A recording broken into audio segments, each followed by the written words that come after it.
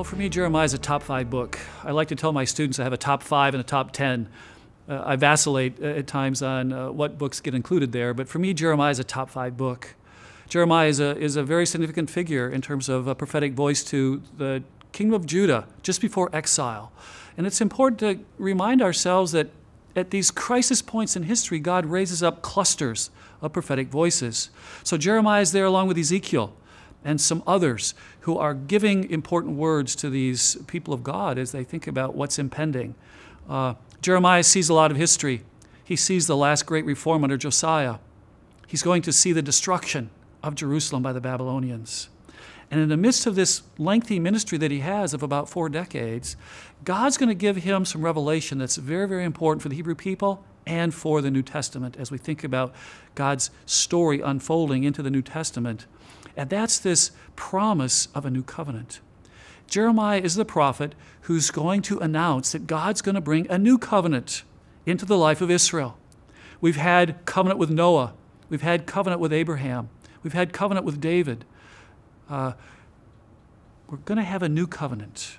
God's going to establish a new covenant with Israel. It's going to be internalized. The law of Moses in that Mosaic covenant will somehow be internalized into the lives of the Hebrew people individually and corporately. I'd like to think that this is partly the work of the Holy Spirit, that Pentecost in part is going to bring some realization to Jeremiah's prophecy about this internalization of the law. But the new covenant is significant. It's something that God is holding out as a promise for his people, that there's change coming, that what the old has been about is going to transition into the new. And there's this hope for a new covenant that the people can look to, that they can somehow identify with, and will become a realization for us as we think about the New Testament. Luke 22 being the key passage, right, as we think about Jesus and his ministry. He's going to have that last meal with his disciples, and he's going to say, this is it. Here it is. What Jeremiah said about the new covenant is now here. My sacrifice, my death as a substitute for you is going to somehow accomplish this new covenant. So Jeremiah is a key figure, and in that sense, I think a top 5 book for me, because that new covenant is there.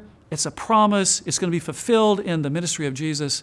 And we want to just recognize that, again, as God tells his story, there are these key points. And Jeremiah, I think, is one of those key points in the storyline that God is telling to his people, Israel.